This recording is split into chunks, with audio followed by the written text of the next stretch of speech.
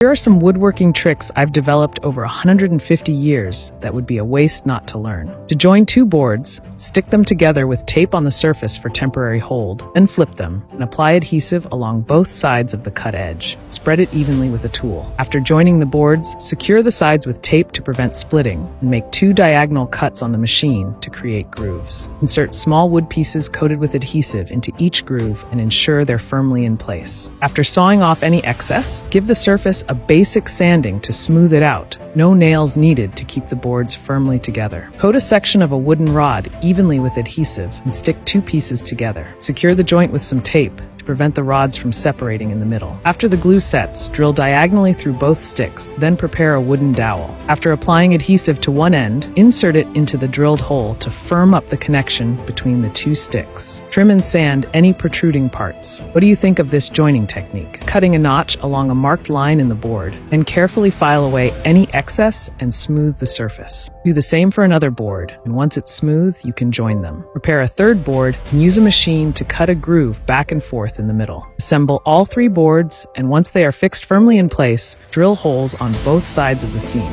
Insert a wooden dowel with adhesive into each hole and cut off any excess. A simple sand down of cut edges, and the three boards are seamlessly joined. After placing two boards side by side, drill two holes in the middle seam, clean off any sawdust and apply a coat of adhesive into the holes. Then insert two wooden dowels and tap lightly. Dowels will act like nails, securing the boards together perfectly. What do people think of this method of joining boards? It doesn't require a single nail to firmly secure the boards together, and there are no visible joint marks on the surface. Craftsmanship is quite perfect.